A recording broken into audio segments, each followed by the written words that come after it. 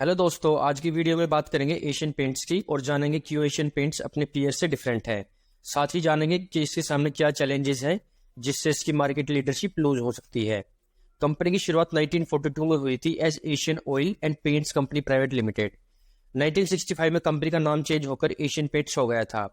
Asian Paints को चंपकलाल चौकसी और उनके 3 फ्रेंड्स चिमनलाल, सूर्यकांत दानी और अरविंद वकील ने पार्टनरशिप फर्म के रूप में स्टार्ट किया था एक छोटे से गैराज से। 1967 में एशियन पेंट्स इंडिया की लीडिंग पेंट मैन्युफैक्चरिंग कंपनी बन गई थी और तब से लेकर अब तक अपनी पोजीशन बनाए हुए है। 1960 में पेंट एज एफएमसीजी प्रोडक्ट के रूप में सोल्ड होता था, जिसे पेंट मैन्युफैक्चरर से लेकर डिस्ट्रीब्यूटर, देन डीलर और फिर फाइनली कंज्यूमर तक पहुंचाया जाता था। मिस्टर चौकसी ने डिस्ट्रीब्यूटर को हटाकर 20% तक की सेविंग की थी। मिस्टर चौकसी ने डीलर के यहाँ इनफ इन्वेंट्री मेंटेन करने के लिए लॉजिस्टिक नेटवर्क डेवलप किया था, जो दिन में 4 बार पेंट्स प्रोडक्ट्स की सप्लाई करता था।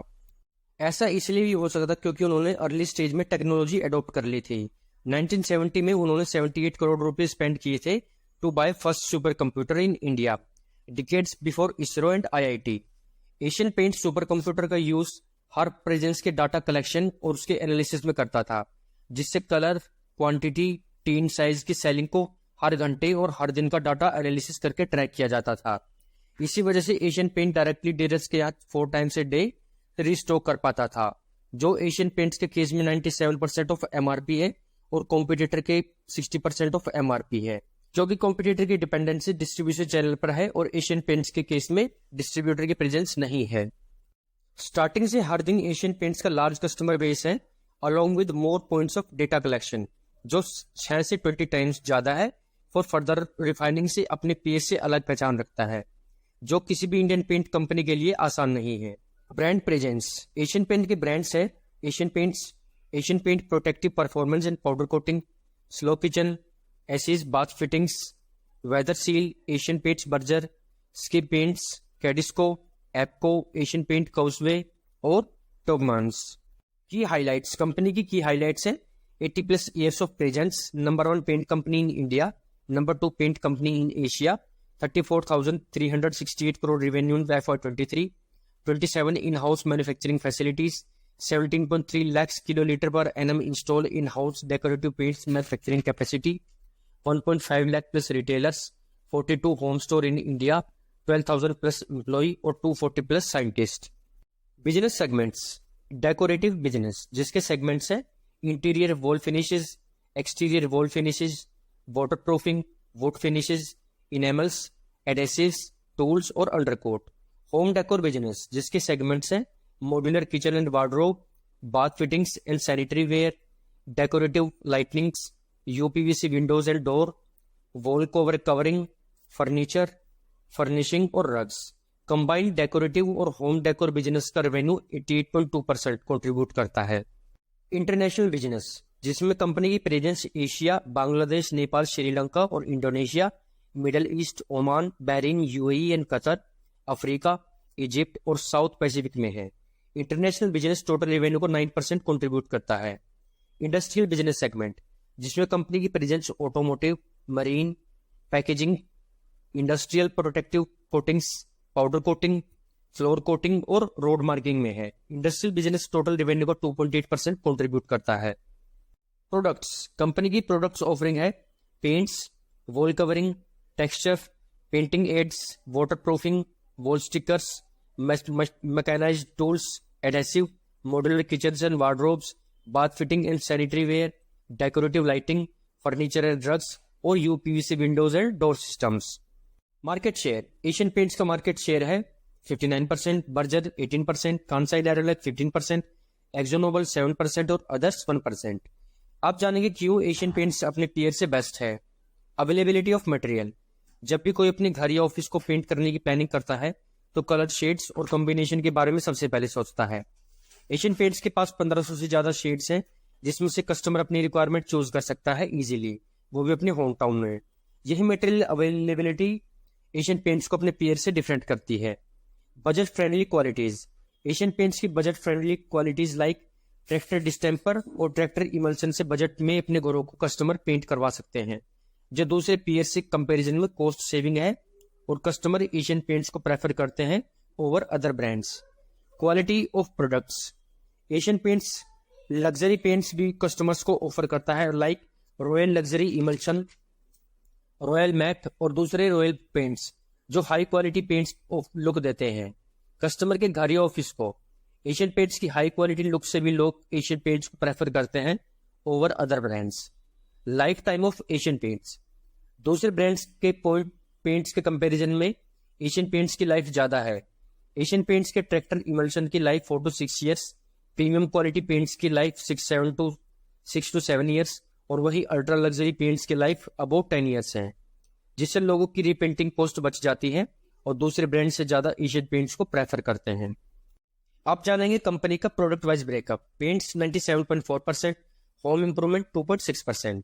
Location wise breakup, Asia 38.4%, Middle East 34.7%, Africa 22.2% और South Pacific 4.7%। Region wise breakup है, इंडिया 87.4% और rest of world 12.6%। Fundamental analysis, market cap 2,50,960 crore रुपए, book value 173 rupees, industry P 53, company P 56.3, current ratio 1.99, interest coverage ratio 40.4, free cash flow 3 years 6,678 crore रुपए, dividend yield 0.87%, debt to equity 0.14, EV EBITDA ratio 36, ROE 27.7%, ROC 34.3%, sales growth 3 years 19.5% और profit growth 3 years की है 15.3%। Share holding pattern, promoter के पास 52.63% stake है जो quarter on quarter basis पर unchange है। Mutual funds के पास 10.05% स्टेक है जो पास्ट के कंपैरिजन में लास्ट क्वार्टर से बढ़ा है। एफआई के पास 17.65% स्टेक है जो लास्ट क्वार्टर से बढ़ा है और पब्लिक के पास 19.67% स्टेक है जो पास्ट के और लास्ट क्वार्टर के कंपैरिजन में कम हुआ है। आप जानेंगे कंपनी के फाइनेंशियल्स के बारे में। Revenue from sales and services, company का FY 18-19 में रेवेन्यू 16,209 करोड़ रुपए था जो बढ़कर FY 19-20 में 17,025 करोड़ रुपए, FY 20-21 में 18,280 करोड़ रुपए, FY 21-22 में 25,002 करोड़ रुपए और FY 22-23 में बढ़कर 29,953 करोड़ रुपए हो गया है। कंपनी की revenue growth year on year 19.8% है और 5 ईयर्स CAGR ग्रोथ है 16.6%। एबिटा जो FY 18-19 में 3,789 करोड़ था वो बढ़कर FY 19-20 में 4,214 करोड़ रुपए, FY 20-21 में 4,858 करोड़ रुपए, FY 21-22 में 5,039 करोड़ रुपए और FY 22-23 में 6,338 करोड़ रुपए हो गया है। कंपनी की EBITDA growth year on year 25.8% है और 5 ईयर CAGR ग्रोथ है 14.7%। EBITDA मार्जिन परसेंटेज जो है FY 18-19 में 23.1%, FY 19-20 में 24.5%, FY 20-21 में 26.2%, FY 21-22 में 20% और FY 22-23 में 21.1%। कैश प्रॉफिट जो है FY 18-19 में 2,670 करोड़ रुपए, FY 19-20 में 3,084 करोड़ रुपए, FY 20-21 में 3,605 करोड़ रुपए, FY 21-22 में 3,721 करोड़ रुपए, FY 22-23 में 4,698 करोड़ रुपए।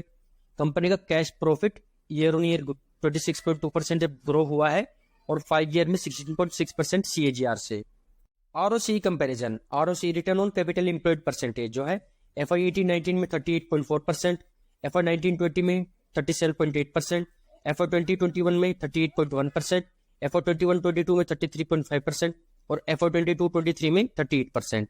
प्रॉफिट आफ्टर टैक्स जो है FY 18-19 में 2,132 करोड़ रुपए, FY 19-20 में 2,653 करोड़ रुपए, FY 20-21 में 3,051 करोड़ रुपए, FY 21-22 में 3,134 करोड़ रुपए, FY 22-23 में 41 करोड़ रुपए और कंपनी का profit after tax year on year 30.8% से ग्रो हुआ है और 5 ईयर में 60.7% CAGR से।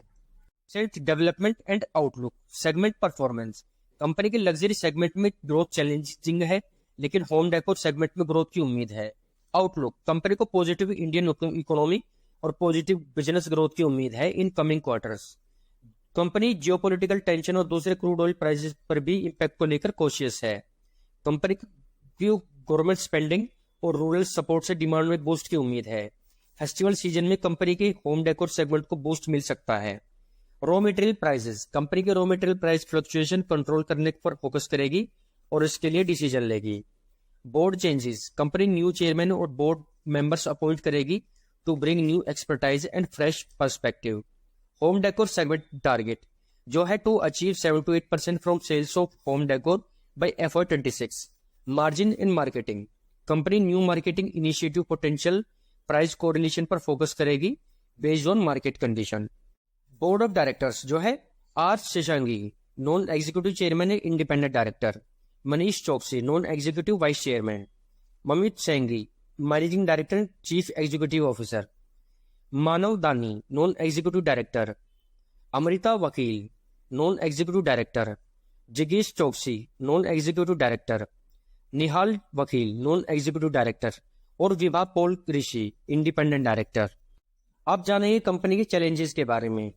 जो है industrial paint segment, Asian Paint का मार्केट शेयर ओनली 15% है, जबकि नैरोलैक का इंडस्ट्रियल पेंट सेगमेंट में 43% मार्केट शेयर है।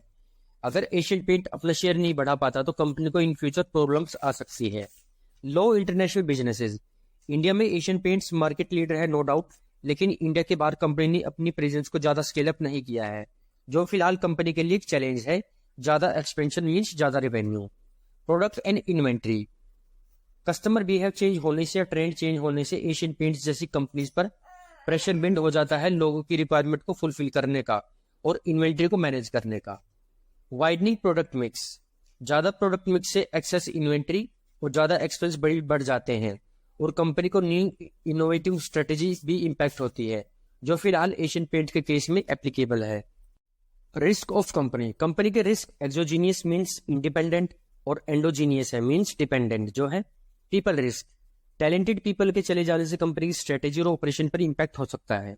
Shift consumer preferences, consumer preference change होने से दूसरे ब्रांड से अट्रैक्ट होने पर भी कंपनी के प्रोडक्ट की डिमांड कम हो जाएगी और कंपनी के रेवेन्यू पर हैवी इंपैक्ट होगा।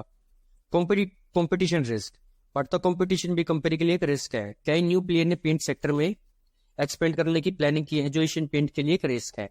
Climate change risk, climate change condition change होने से कंपनी की ऑपरेशन पर इंपैक्ट हो सकता है, जो कंपनी के लिए एक मेजर रिस्क है। रेपुटेशन रिस्क, नेगेटिव पब्लिसिटी या फिर नेगेटिव मार्केटिंग एड से कंपनी की या किसी भी तरह की मीडिया में नेगेटिव न्यूज से कंपनी की रेपुटेशन पर इंपैक्ट हो सकता है, जो जिससे कंपनी को फाइनेंशियल लॉस भी हो सकता है। इवॉल्विंग रेगुलेटरी लैंडस्केप, किसी भी तरह का नॉन कंप्लायंस से पेनल्टी से कंपनी के ऑपरेशन पर इंपैक्ट हो सकता है और कंपनी को फाइनेंशियल लॉस हो सकता है। Process and product technology risk, new technology changes या कंपनी प्रोसेस के ऑब्सोलीटनेस से कंपनी की फाइनेंशियल लॉस हो सकता है, क्योंकि कंपनी के प्रोडक्ट की डिमांड कम हो जाएगी। सेफ्टी रिस्क, कंपनी में इंजरी या फिर ऑक्यूपेशनल हैजार्ड से कंपनी को लीगल इश्यू का सामना करना पड़ सकता है, जिससे कंपनी को पेनल्टी या फिर दूसरे फाइनेंशियल लॉसेस हो सकते हैं। साइबर अटैक रिस्क, कंपनी के पास अवेलेबल कॉन्फिडेंशियल इंफॉर्मेशन के हैक होने से लोगों के साथ फ्रॉड का रिस्क है, जो अगेन कंपनी के लिए एक रिस्क है। काउंटरफिट प्रोडक्ट्स, मार्केट में डुप्लीकेट प्रोडक्ट से कंपनी की रेपुटेशन लॉस के साथ साथ कस्टमर लॉस और कंपनी को फाइनेंशियल लॉस का रिस्क है। तो ये था छोटा सा एनालिसिस और एशियन पेंट्स। मैंने अलग से 4 मेजर पेंट स्टॉक का कंपेरेटिव एनालिसिस करके वीडियो बनाई हुई है, आप उसको भी देख सकते हैं। एशियन पेंट एक मार्केट लीडर कंपनी है, इसमें प्राइस डाउन होने पर स्मॉल क्वांटिटी में बाय करना एक सही डिसीजन हो सकता है फॉर लॉन्ग टर्म इन्वेस्टर।